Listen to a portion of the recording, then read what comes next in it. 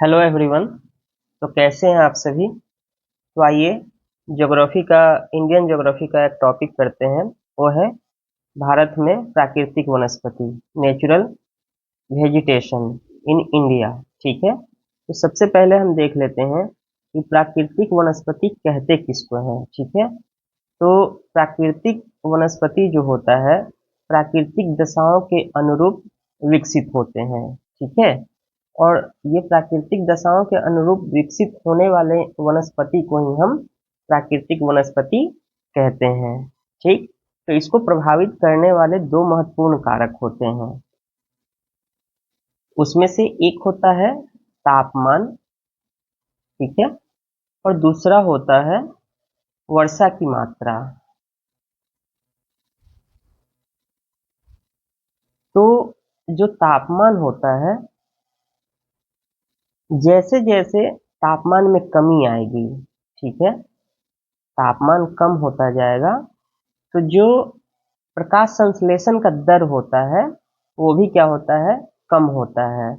इस कारण से क्या होता है कि वृक्षों की जो लकड़ियां होती है, वृक्षों की लकड़ियां वो कठोर से मुलायम होने लगती है, कठोर से मुलायम।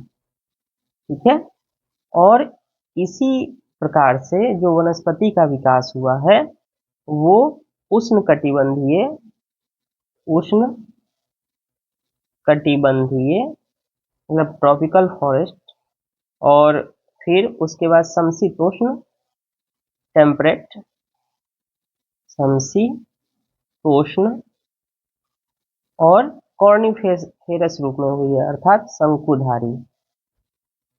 ठीक है, तो जैसे जैसे तापमान कम होगा और जैसे जैसे अक्षांश में हम विषुवत रेखा से ध्रुव की ओर जाएंगे तो क्या होगा, लकड़ियों की जो कठोरता होती है वो कम होती जाती है, वो मुलायम होते जाते हैं, और जो वनस्पति का विकास होता है वो ट्रॉपिकल फॉरेस्ट से लेकर कॉर्निफेरस या अल्पाइन तक होता है। ठीक है, अब वर्षा की मात्रा क्या निर्धारित करती है, तो वर्षा की मात्रा जैसे जैसे सपोज कीजिए कम होती जाएगी तो जैव विविधता में कमी आती है। ठीक है, जैव विविधता में कमी। दूसरा क्या होता है कि जो वनस्पति की सघनता है वो भी कम होती जाती है। तीसरा क्या है, जो जैव भार है, ठीक है, वो भी क्या होता है, कम होते जाता है। ठीक, तो ये दो कारक जो है वनस्पति के विकास को प्रभावित करते हैं। और किसी भी पौधे को ग्रो करने के लिए मिनिमम जो टेम्परेचर चाहिए वो 6 डिग्री सेल्सियस का होना चाहिए। ठीक है, अब आइए देखते हैं कि भारत में प्राकृतिक वनस्पति किन किन क्षेत्रों में पाया जाता है और उनकी विशेषता क्या है। तो सबसे पहले देखिए उष्ण कटिबंधीय आर्द्र सदाबहार one, moist tropical evergreen forest. तो यहाँ वर्षा कितनी होनी चाहिए, यहाँ वार्षिक वर्षा 250 सेंटीमीटर से अधिक होती है और पूरे वर्ष होती है।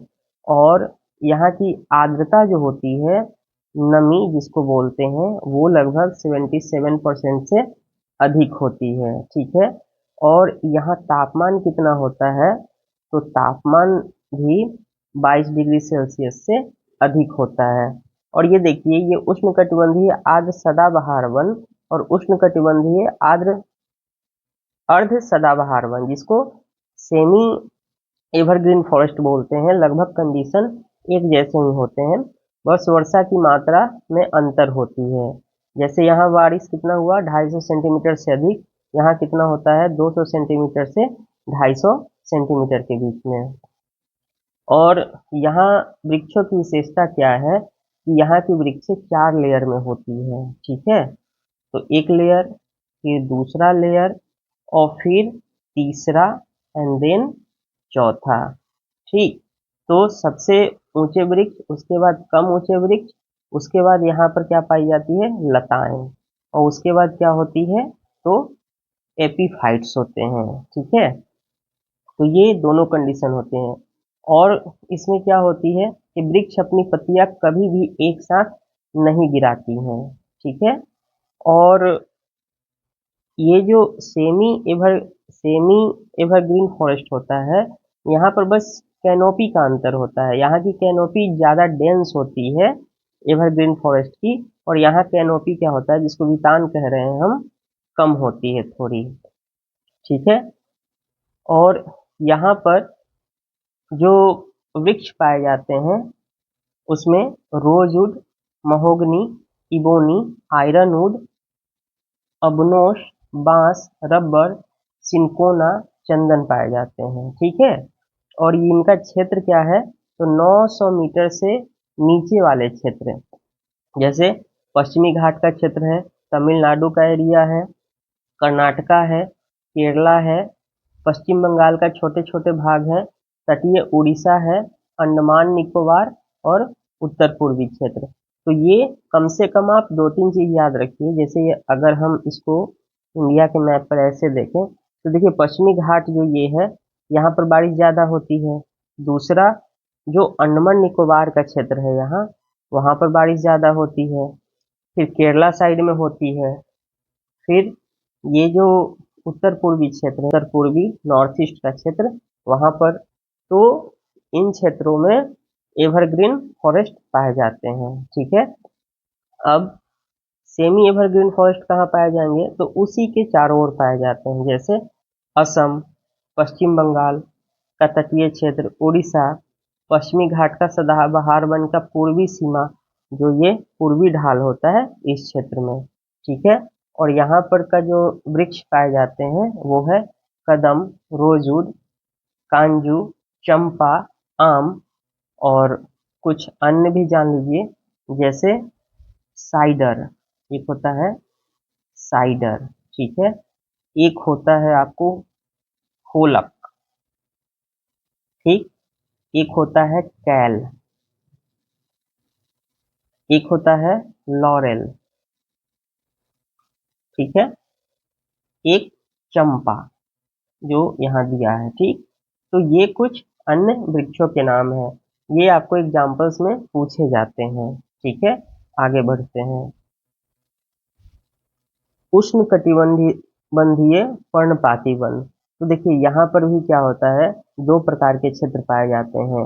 एक को बोलते हैं उष्ण कटिबंधीय आर्द्र पर्णपाती वन, जहाँ पर बारिश जो होती है 150 से 200 सेंटीमीटर से अधिक होती है। इसको मानसूनी वन भी बोलते हैं। तो ये आर्द्र पर्णपाती वन हो गया, और जहाँ 150 सेंटीमीटर से कम बारिश होती है उसको हम शुष्क पर्णपाती वन बोलते हैं, ठीक है। तो ये ध्यान रखिएगा।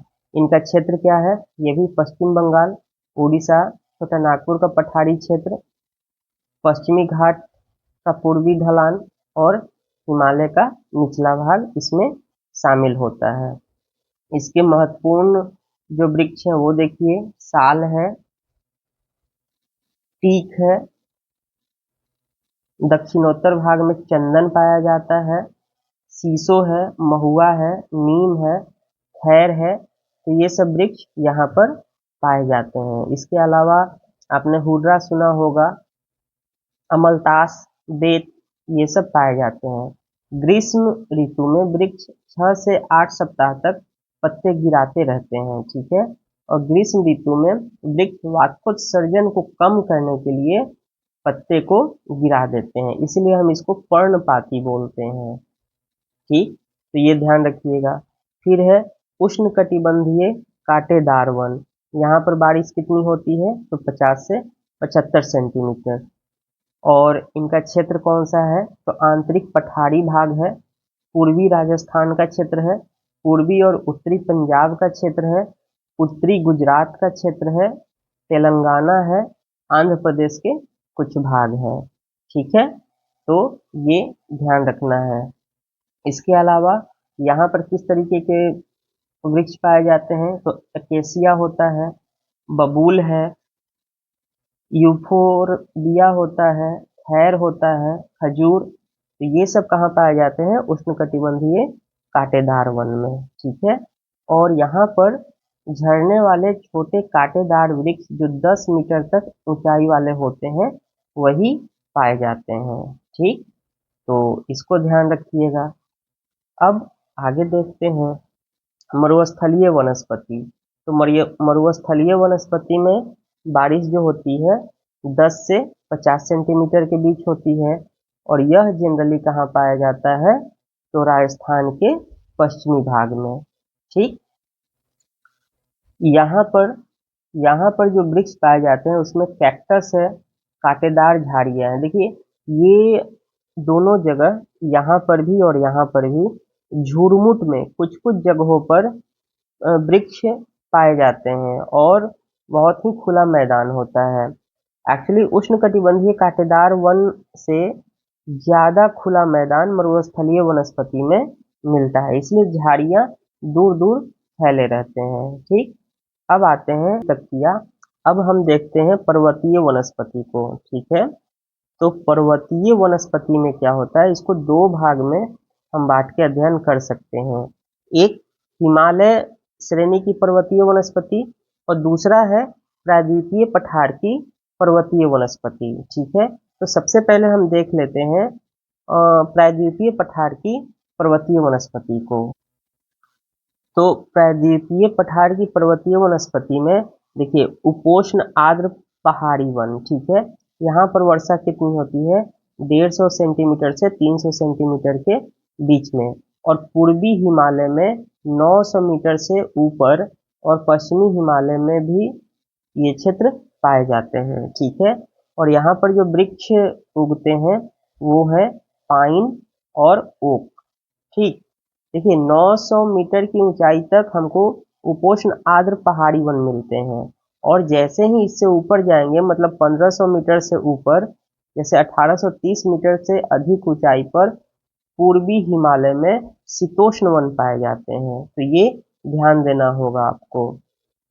और देखिए उपोष्ण आर्द्र पहाड़ी वन में कोनधारी वृक्ष और पृथुपर्णी वृक्ष मिश्रित अवस्था में मिलते हैं। ठीक, और शीतोष्ण वन में सदाबहार कोनधारी वन पाए जाते हैं। यहाँ पर पाए जाने वाले वृक्ष कौन से हैं? देवदार है, भारतीय चेस्टनट है, मैग्नोलिया होता है, ब्लू पाइन है। ठीक, और उपोष्ण आर्द्र पहाड़ी में ज्यादातर पाइन और ओक पाए जाते हैं। एक चीज और जानिए, दक्षिण भारत में जैसे नीलगिरी क्षेत्र, ठीक है, और फिर आप समझिए अन्नामलई। ठीक है, अन्नामलई एंड पालनी, तो इन क्षेत्रों में जो शीतोष्ण वन होता है इसको हम क्या बोलते हैं? उन क्षेत्रों में सोलास। ठीक है, तो वहां के शीतोष्ण वन को हम क्या नाम दिए हैं? सोलास वन कहते हैं। और यहाँ पर पाए जाने वाला वृक्ष यही सब है, मैग्नोलिया है, फिर आपको यूकेलिप्टस होता है, सिंकोना है, वेटल है, और इसके अलावा औषधीय पौधे भी पाए जाते हैं। तो ये आपको एक एक्स्ट्रा में ध्यान रखना है। ठीक है, अब देखिए एक चीज और, जो 1500 मीटर से अधिक की ऊंचाई पर पश्चिमी हिमालय में ये पाए जाते हैं, इसको शीतोष्ण वन बोलते हैं। देखिए पूर्वी हिमालय में ऊंचाई अधिक होती है, क्यों? क्योंकि वो पश्चिमी हिमालय से कम ऊंचा क्षेत्र है, अतः तापमान अधिक ऊपर तक फैला हुआ है। यहाँ पर जैसे जैसे ऊपर जाएंगे तो तापमान कम होने लगता है, इसीलिए यहाँ कम ही ऊंचाई पर शीतोष्ण वन पाए जाते हैं। यहाँ पर महत्वपूर्ण वृक्ष कौन सा है? ओक और हेमलॉक। ठीक, तो ये ध्यान रखिएगा। अब आते हैं हिमालयी क्षेत्र पर। तो हिमालय की वनस्पति को हम अध्ययन की दृष्टि से 3 भागों में बांट के अध्ययन करते हैं, जैसे आर्द्र उष्णकटिबंधीय पर्णपाती वन, फिर है आर्द्र शीतोष्ण कटिबंधीय सदाबहार वन, और फिर अल्पाइन वन। ठीक है, यहाँ पर सामान्यतः बारिश कितनी होती है? 25 सेंटीमीटर से 125 सेंटीमीटर के बीच। ये क्षेत्र कहाँ फैला हुआ है? तो हिमालय के पहाड़ी क्षेत्र है, जम्मू और कश्मीर का क्षेत्र है, हिमाचल प्रदेश है, सिक्किम है, अरुणाचल प्रदेश है। ऊंचाई के साथ वनस्पति में परिवर्तन दिखाई पड़ते हैं। तो जैसे मैंने कहा आपको कि आर्द्र उष्णकटिबंधीय पर्णपाती वन, तो यह 1000 मीटर तक की ऊंचाई तक पाया जाता है। ठीक है, और यहाँ के प्रमुख वृक्ष कौन से हैं? तो आयरनवुड है, ओक है, जैसे यहाँ देखिए ओक है, पाइन है, चीड़ है, देवदार है, ब्लू पाइन है, सिल्वर फर है, और ओक है, लॉरेल है, चेस्टनट है। तो ये देखिए जो ओक, लॉरेल और चेस्टनट है, ये प्रमुखतः पूर्वी हिमालय क्षेत्र में पाया जाता है, और जो पश्चिमी हिमालय का क्षेत्र है वहां पर पाइन, ओक, चीड़, देवदार, ब्लू पाइन, सिल्वर फर यहाँ पर पाया जाता है। ठीक, तो ये ध्यान रखना है। तो 1000 मीटर की ऊंचाई पर आर्द्र उष्णकटिबंधीय पर्णपाती वन मिलते हैं, और 1000 से 3000 मीटर की ऊंचाई पर आर्द्र शीतोष्ण कटिबंधीय सदाबहार वन पाए जाते हैं, जिसमें देवदार, सिल्वर फर, स्प्रूस पाए जाते हैं। ठीक है, तो ये ध्यान रखने की चीज है। पूर्वी हिमालय में जो है ओक सबसे ज्यादा मिलता है, चेस्टनट और ओक। ठीक, और पश्चिमी हिमालय में चीड़ और पाइन मिलते हैं, जो हमने नीचे आपको दिखाया था। अब बात करते हैं उसी में अल्पाइन की। तो देखिए ये 3000 मीटर से ऊपर की ऊंचाई पर पूर्वी हिमालय में फैले हुए हैं। ठीक है, और यहाँ पर पाए जाने वाले वृक्ष कौन से हैं? स्प्रूस, फर, बर्च, जुनिपर, रोडेंड्रॉन, ये सब जो है शंकुधारी वन है। आप ध्यान रखिएगा, ये अल्पाइन में भी काउंट होते हैं, ज्यादातर शंकुधारी वन में आते हैं, कॉर्निफेरस में। ठीक है, अल्पाइन वनस्पति और घास की वनस्पति के ऊपर पथरीले भाग में घिरे हैं, जहाँ कुछ काई और कुछ जड़ी बूटियां भी मिलती है। जैसे जैसे हम ऊंचाई पर बढ़ते जाते हैं तो क्या होता है, वहां पर काई मिलता है और कुछ जड़ी बूटियां। तो जहाँ काई मिलेगी उसको हम टुंड्रा वनस्पति कह देते हैं। ठीक है, और उसके बाद जब तक कि अस्थाई हिम रेखा नहीं पहुंच जाती है। ठीक है, तो ये ध्यान रखना है। तो 3000 से 4000 मीटर की ऊंचाई के मध्य में अल्पाइन वनस्पति पाए जाते हैं। देखिए पूर्वी हिमालय में जो आर्द्र क्षेत्र है अल्पाइन वनस्पति में, बुरुश आपने सुना होगा, बुरुश, इस वृक्ष की प्रधानता सबसे ज्यादा है। ठीक है, और जैसे जैसे हिम रेखा के साथ पेड़ों की ऊंचाई क्रमशः कम होती जाती है। इस वनस्पति में ये सब जो मैंने बताया आपको, स्प्रूस, फर, बर्च, जुनिपर, इनकी प्रधानता होती है। अब जो लास्ट हम जानेंगे वो है मैंग्रोव वनस्पति। तो इसको दलदली वनस्पति भी कहते हैं या गरान वनस्पति भी कहते हैं। ठीक है, तो यहाँ औसत वर्षा 40 सेंटीमीटर से लेके 200 सेंटीमीटर के बीच होती है, और ये जानते ही आप लोग सुंदरवन डेल्टा क्षेत्र में सबसे ज्यादा फैला हुआ है। पश्चिमी घाट, गंगा महानदी डेल्टा, कृष्णा, कावेरी, गोदावरी डेल्टा और सुंदरवन डेल्टा, तो जो भी डेल्टाई क्षेत्र है वहां पर मैंग्रोव वनस्पति पाए जाते हैं। यहाँ पर जो वृक्ष पाए जाते हैं उसमें सुंदरी है, नारियल है, पाइन है, केवड़ा है, बेत है, क्रू है। और जो इसकी विशेषता है कि ज्वार के कारण खारा पानी स्वच्छ पानी से निकल निचले तटीय क्षेत्र में मिलकर ऐसे वनस्पति के उपजने में मदद करती है। तो स्वच्छ पानी और खारा पानी जब मिल जाती है तब ये मैंग्रोव वनस्पति का विकास होता है, जिसमें स्टिल्थ रूट और असंख्य आरोही लताएं युक्त होती है। ठीक, तो ये मिलन, दोनों के मिलन स्थल पर मैंग्रोव वनस्पति का विकास हुआ है। ठीक है, इन वनस्पति में टैनिन और ईंधन के लिए इनका उपयोग सबसे ज्यादा किया जाता है। ठीक, और सर्वाधिक मैंग्रोव वनस्पति वाले 4 राज्य की बात करें तो सबसे पहले है वेस्ट बंगाल, फिर है गुजरात, फिर उसके बाद है अंडमान एंड निकोबार। ठीक है, अंडमान एंड निकोबार, और फिर है आंध्र प्रदेश। तो ये 4 स्टेट में मैंग्रोव वनस्पति सर्वाधिक है। ठीक, तो फिर आइए मैप में देख लेते हैं। ये देखिए उष्णकटिबंधीय सदाबहार वन, तो मैंने क्या कहा था, पश्चिमी घाट का रीजन और नॉर्थ ईस्ट का रीजन, और फिर ये अंडमान निकोबार द्वीप समूह। फिर है उष्णकटिबंधीय पर्णपाती वन, पर्णपाती वन का एरिया ये पूरा देखिए, ये पूरा जो है पर्णपाती वन का ही एरिया है, ठीक है। फिर है कटीले वन, तो जो कटीले वन है ये देखिए राजस्थान गुजरात वाला एरिया, एमपी वाला कुछ एरिया, और फिर पश्चिमी घाट का जो पूर्वी ढाल है उसका आंतरिक भाग वाला एरिया देखिए, ये कटीले वन का क्षेत्र है। फिर है ज्वारीय वन, तो ज्वारीय वन यहाँ देखिए, ये हुगली नदी क्षेत्र जो सुंदरवन वन डेल्टा का क्षेत्र है। फिर उसके बाद जो भी तटीय, जैसे यहाँ देखिए गोदावरी, फिर कावेरी, फिर ये महानदी क्षेत्र, ये सब डेल्टाई क्षेत्र में ज्वारीय वन पाए जाते हैं। और हिमालय की वनस्पति, ये तो नॉर्थ ईस्ट साइड में इधर देख लीजिए, और यहाँ पर जम्मू कश्मीर, हिमाचल प्रदेश और उत्तराखंड में इनकी प्रधानता पाई जाती है, ठीक है। तो ये आपका हो गया भारत में प्राकृतिक वनस्पति, इसको रट लीजिएगा, क्यों, क्योंकि एक दो क्वेश्चन अवश्य ही आएंगे, ठीक है। चलिए तो नेक्स्ट क्लास में मिलते हैं। चैनल पर नए हैं तो सब्सक्राइब करें, लाइक करें, शेयर करें, बेल आइकन को दबाएं और नोटिफिकेशन पाएं। धन्यवाद।